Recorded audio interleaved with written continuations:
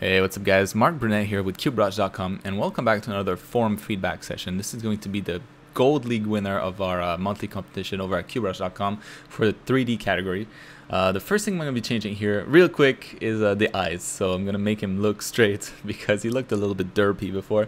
But yeah, so what I'm going to be doing to this piece, actually let me say a couple things first. So this is an awesome piece, so I really liked it. A lot of the judges liked it a lot also. It just reads really well, so the first impression you get from this, like it has this wow factor.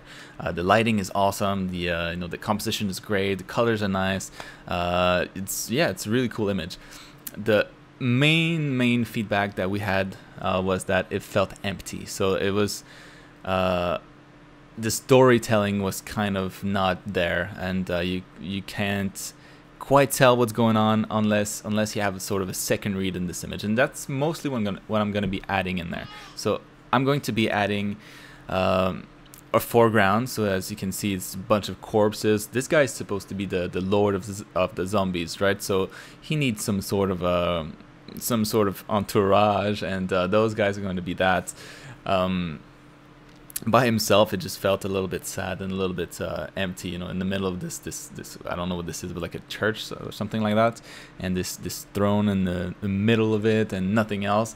It just didn't feel right. But with the foreground here and a little bit of elements in the background, just to surround this main character and make him more sort of seem more important, all of a sudden you get you get the second read in this image, and then it gives the storytelling quite a boost.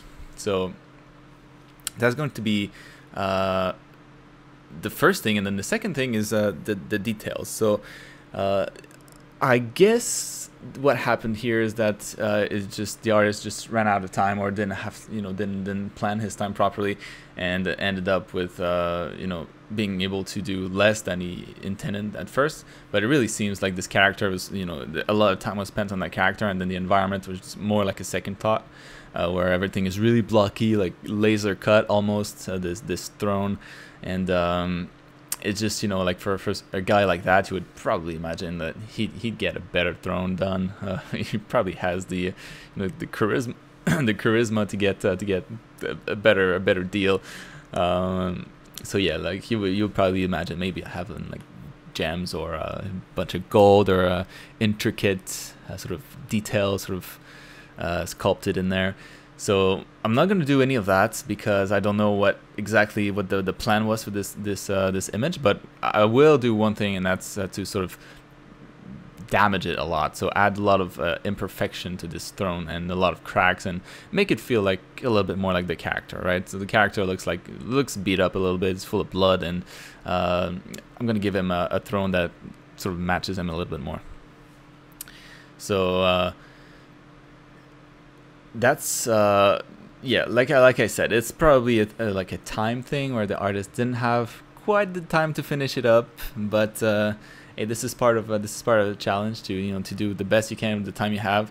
And even if it wasn't in 3D, it could have been just a post process like I'm doing right now, adding a little bit more details, a little bit of dirt here and there. It would have gone a long way. And I think just adding this kind of detail actually helps the read of the entire image, because the character himself was very detailed, and then the sort of the surrounding, like the direct surrounding the throne itself, and the having like a perfect floor, and not much going on in the background to attract the attention. It felt like the contrast and details was just way too high, and it didn't feel right. And then by having the second sort of level of details all over the place, now it just feels like everything belongs in there, and it's equally sort of detailed, so it works a lot better. And you can see also that I cropped on the left side here a little bit, because there was just a lot of space there, and to warrant this space, I guess you would have needed something else, like another read in there. So maybe some sort of like a bigger zombie or something like that. But yeah, there wasn't anything like that, so might as well just crop it out. It reads a little bit better this way. What I'm going to be doing finally here is adding a bunch of eyes to the to those creatures on the foreground and some in the background, just to, you know, to make it clear that those creatures are not dead, they're actually, you know, living, and sort of I don't know, like begging this lord for I don't know what, but yeah, so that's pretty much it. You know, something, I don't want them to be too bright to attract too much attention.